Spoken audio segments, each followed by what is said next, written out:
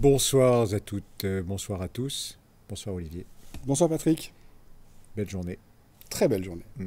Très belle journée, mais pas que pour la météo. Il y a eu des convoyeurs de fond aujourd'hui. Il y a eu des convoyeurs de fond, effectivement. On a eu la chance aujourd'hui de pouvoir récupérer. Non, ne dis pas tout de suite. Ah bon, tout de suite. Il faut qu'on ménage un peu la surprise. Alors je te laisse faire. Alors, pour être sérieux un moment, vous avez vu qu'on n'est pas dans la presse. C'est-à-dire qu'on ne souhaite pas avoir d'article chaque fois qu'on passe une commande de quelque chose ou qu'on a une pensée, parce qu'on essaye d'être à la fois détendu avec vous, mais quand même un petit peu sérieux, que ce n'est pas le moment de faire de la communication. Mais on a effectivement aujourd'hui une vraie nouvelle à vous donner, puisque Olivier, entre autres, est allé aujourd'hui récupérer une des commandes qu'on a deux commandes. Donc on peut aujourd'hui vous dire de manière extrêmement sérieuse qu'on a à ce jour 56 000 masques. Donc ça c'est une première chose. C'était extrêmement important pour nous dans la perspective des déconfinements. On s'est vraiment beaucoup battu pour pouvoir servir la population, pour pouvoir aider d'autres le cas échéant. Mais là notre objectif évidemment c'est de servir la population.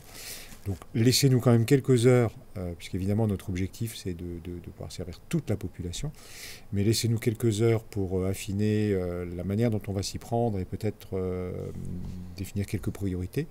Parce que certes on attend encore beaucoup d'autres masques, mais on ne compte que sur ce que l'on a effectivement, c'est plus prudent. Donc l'objectif c'est de se centrer sur ceux d'entre vous qui en ont le plus besoin ou qui n'en ont pas du tout. Le message étant aussi de vous dire, pour ceux d'entre vous qui ont des possibilités par leur employeur ou autre, notamment à Luxembourg, d'avoir accès à des masques, de laisser la priorité à ceux qui, à Terville, n'ont aucune possibilité d'accéder à ces masques.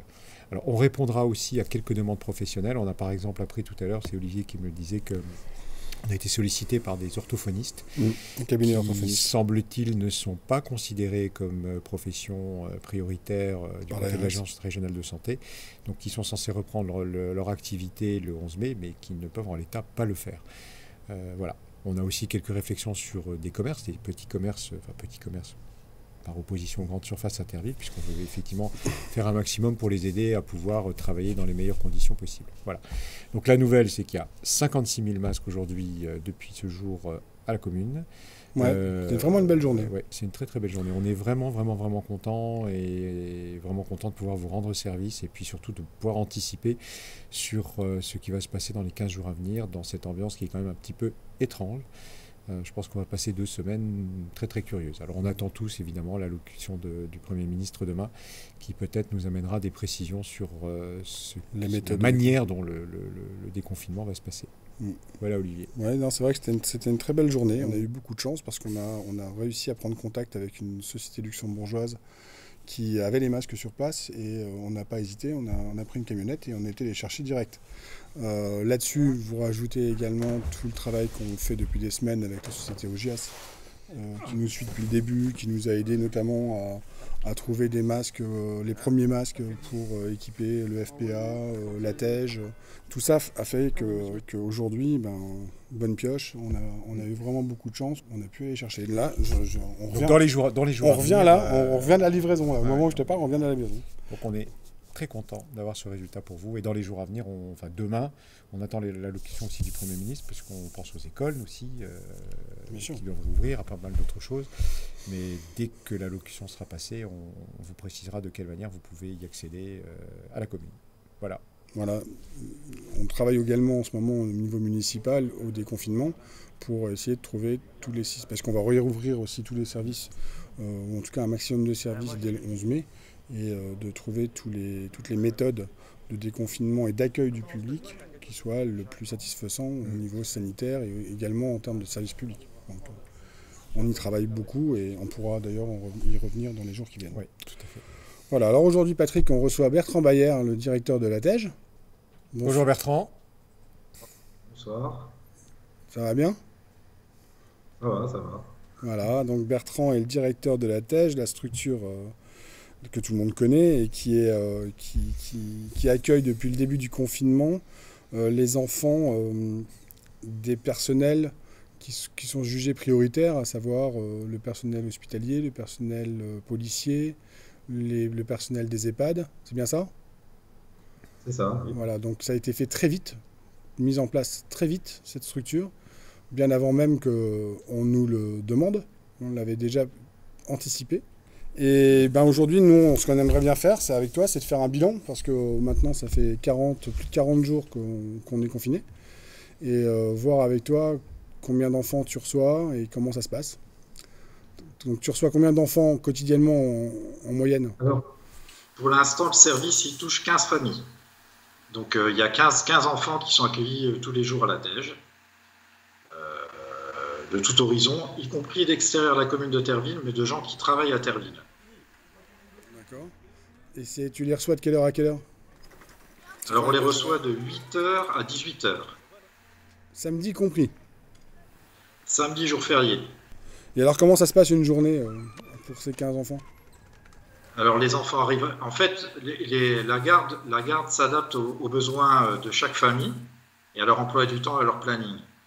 Ils arrivent à 8 heures en moyenne, en général. Ils prennent un petit déjeuner à la Tège. À 8h30, on a les enseignants de Terville qui arrivent par groupe de 2. Ils travaillent par demi-journée. Et là, ils font classe aux élèves qui sont là, aux enfants qui sont là, par petits groupes. Donc, on ne dépasse pas les groupes de 6 enfants, en moyenne, hein, dans les salles de classe. Ensuite, à midi, ils mangent sur place. Donc, tout se passe dans les mêmes locaux. L'intérêt, c'est que tout se passe au même endroit, que les enfants ne soient pas déplacés d'un endroit à l'autre, pour limiter les risques et puis pour avoir bien un protocole sanitaire le plus sécurisant possible pour les enfants. Ils mangent donc à midi à la Tège, grâce au restaurant des Bouchers d'Or dont on a pu prendre attache. Ensuite, ils ont droit toujours à un accueil périscolaire. Et ensuite, ils retournent à l'école jusqu'à 16h30. Et encore accueil périscolaire jusqu'à 18h30. Comment ils vivent les choses? Comment... Ils sont confinés avec nous depuis 40 jours. Ouais, c'est justement Mais écoute, comment ils sont prennent les heureux. choses. Ils sont heureux parce qu'ils mangent très bien. Ils ont presque des cours particuliers. Donc, sur le plan pédagogique, c'est plutôt pas mal. Ils ne prennent pas de retard. Et puis, ils ont toutes les activités qu'il faut. Ils sont quand même encadrés par une équipe de 4 animateurs, donc c'est pas mal pour 15 enfants. C'est un peu luxueux. Il manque pas de matériel. Il manque de rien, en fait. D'accord. La ville et la Tège, on avait pour projet d'accueillir des enfants en grande difficulté scolaire qui étaient un petit peu perdus dans le système actuel. Tu peux nous en dire plus? Tu crois qu'on va pouvoir avancer parce que tout était prêt et on n'a pas reçu l'autorisation des autorités étatiques à ce sujet. Mais avec le déconfinement, tu penses que c'est quelque chose qui pourrait être mis en place? Je pense que c'est jouable à partir du 11 mai. En tout cas, je ne vois pas ce qui pourrait l'empêcher. Puisque l'argument, c'était qu'on contournait le confinement, donc de ne pas accueillir ces enfants-là. Nous, ce qui nous inquiète, c'est qu'on a quand même une vingtaine d'enfants qui sont un peu en décrochage total. Donc, soit parce que les parents ne parlent pas bien le français, soit qu'ils n'ont pas les capacités de faire le suivi scolaire à la maison, ou soit carrément qu'ils n'ont pas le matériel. Donc, nous, ce qu'on souhaitait mettre en œuvre, c'était, avec une équipe mixte, animateurs et enseignants, du soutien scolaire renforcé, au moins une fois par semaine, pour reprendre contact avec ces enfants et éviter qu'ils soient complètement à la ramasse à la rentrée prochaine. C'est ça le grand risque. Non seulement c'est un risque pour ces enfants-là, mais c'est un risque aussi pour faire baisser le niveau de chaque classe. Donc tout le monde a y gagné. Tout le monde a y gagné dans cette affaire-là. On est en capacité de le faire. Dès qu'on nous donne l'autorisation, c'est possible, on peut démarrer. C'est vraiment une très bonne idée. Hein. On a essayé de la mettre en place, on n'a pas eu d'autorisation. On va encore essayer de pousser, hein, évidemment. Je pense que c'est des préoccupations maintenant qui vont émerger de manière beaucoup plus officielle, puisque c'est ce qu'on entend partout. C'est vrai que c'est véritablement quelque chose qu'il faut qu'on puisse mettre en place rapidement. Ouais. Ça va être une clé. Et comme vous le disiez, hein, ne serait-ce qu'une journée par semaine. C'est déjà une reprise de contact. Ça redonne une habitude de travail et un cadre. C'est vraiment, vraiment important. En tout cas, depuis le début de la crise, Latège et Bertrand sont des relais qui sont efficaces et performants. Et en plus, ça se passe dans une ambiance plutôt sympathique et cordiale. Donc je voulais vraiment te remercier au nom de la municipalité et de tous les Tervillois du travail de l'association que tu diriges, parce que c'est vrai, vous êtes vraiment un relais très important pour nous et très important pour la population. Bah, c'est moi qui vous remercie, parce que finalement, ce qui fait notre force à Terville, c'est qu'il y a eu beaucoup de réactivité et que les décisions sont prises très rapidement. C'est ça qui fait qu'on est en avance par rapport aux autres. Oui, mais bon, pour prendre des décisions, il faut être deux. Oui. Donc, un grand merci à toi. Merci à vous. Merci Bertrand, bonne soirée, à bientôt. Ben, écoute, à bientôt. Eh À ben, bientôt. écoutez, c'est fini pour aujourd'hui. Je vous souhaite une très bonne soirée. Prenez soin de vous. Et puis, on se retrouve demain, Patrick. À demain, bonne soirée à toutes et à tous.